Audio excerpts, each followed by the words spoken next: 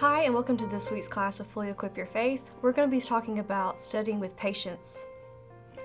Okay, we all know that patience is a virtue. We've all been taught that since we were little. But right now we're living in a time that just doesn't want us to stop. Our culture gives us anything we want immediately. So every television show resolves conflict that's the hardest and most deepest things in just 30 minutes to an hour. And there's fast food always available, and now you can just get it straight to your door. Music, books, movies, those are immediately able to be streamed now, and even Amazon offers 2-day shipping.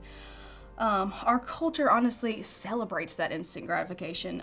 So the hardest part of this entire process is going to be practicing that patience. Our Bible study is not meant to be like pulling up to McDonald's and saying, all right, I got 5 minutes, give me the quickest, fastest thing you got. Our Bible, it wants to reveal this mosaic of the majesty of God, one passage at a time, one day at a time, and honestly throughout our entire lifetime. And this is a long-term process. Yeah, a little backstory. I work full-time as a graphic designer and artist, so I spend a lot of my free time creating paintings for myself and for others through commissions. And so with every painting, I grow more and more as an artist and a painter. So I set goals for myself with every painting and try to achieve a more realistic approach.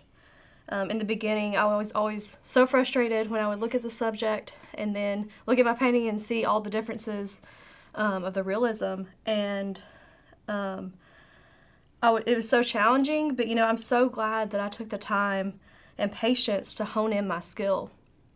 So all it boils down to is learning any new skill requires work and diligence. And like we've said before, all of us are called to be learners. Learning takes hard work. We think that the Bible is supposed to be natural, and we think that, it's so good for us, so shouldn't it be easy? Any type of learning, not just the Bible, but any type of learning to get a true understanding takes discipline. I struggle very much in my life with discipline, and I just get very disappointed when I have no discipline at all, and I look back at my week and I haven't, done anything in a constant or consistent way. And I really actually admire people who have discipline because, in my opinion, that is dedication. And we are desiring for the Bible to shape the way we think, and this is not going to happen from studying 1 or 2 times. We have to practice discipline. And we're no longer studying because our mom or our teacher tells us to. And when we give in to impatience, one of 2 things are going to happen. We can either give up. It's too hard. It's boring. I forgot to do it one day. That's just not my gift. So I'll just go focus on things that are come more naturally to me. Or we look for a shortcut and we jump straight to other people's thoughts, podcasts, videos, articles, books. So why shouldn't we do that? Yeah, and we hurry and try to find the answer through commentary or even another person instead of doing the work ourselves. We end up losing that golden aha moment. That moment where everything just comes together and just makes sense. And so it's totally okay not to immediately know the answer and feel a little lost even. So finding the answers for yourself and feeling those aha moments leads to a more fulfilling study and finding your faith while not relying on others. And just a note, searching for answers through commentary, published commentaries and established mentors is not necessarily bad. It's just, how Kristian mentioned in that last video is it should be done after trying to find the answer for yourself. Yeah, and again, like we've said a million times, we're in this for the long term. Someday we might read and study and we're not going to come to a clean point. Like she said, we're going to be confused and we're going to think, I've wasted that entire time that I just spent studying. But the Bible is like building a savings account. We're storing up knowledge and understanding to use through our entire life. And instead of reading to meet an immediate need, like we've talked about before, that is not the point of our study. We're not trying to get that immediate need. We are studying to be slowly but surely transformed by the renewal of our mind. And some things might help you now. Again, we're not reading to find that immediate need, but naturally there might be things in your life that it just really helps you with, and that's great. But some things are not going to click until 5 or 10 years from now. Yeah, and patience is also so important during like those busy seasons of your life. Maybe you're overwhelmed with like taking care of a parent, grandparent, or even your spouse. Or, maybe you have a house full of kids and you're doing good just to sneak away to go take a bath. Being patient during those busy seasons of life is just so important. And trying to incorporate studying and learning, leaning on Him as much as you can, because like that's so rewarding and will actually help you get through those hard times. Studying don't feel like you have to have like an hour.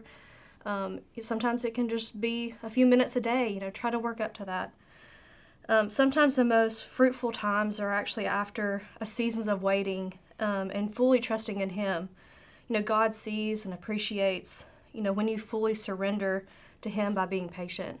When we do this, you're saying, God, I trust you, and you know my circumstances, and you know my heart, and you know that I have a strong desire to learn more and grow in your word. That's good. So Jesus gives us a perfect parable on patience. He speaks about the farmer whose seed falls on different places where it really can't grow, and then finally it falls on good soil, good fertile soil, and the growth is abundant. Jesus says, as for that in the good soil, they are those who, hearing the word, hold it fast in an honest and good heart and bear fruit with patience. And as Christians, we have the Holy Spirit dwelling within us. And when we're open and we desire Him to change us, we have that good soil. That is what good soil is. Right now, I'm studying to be an agribusiness major, and I can definitely tell you that plants grow in their own time.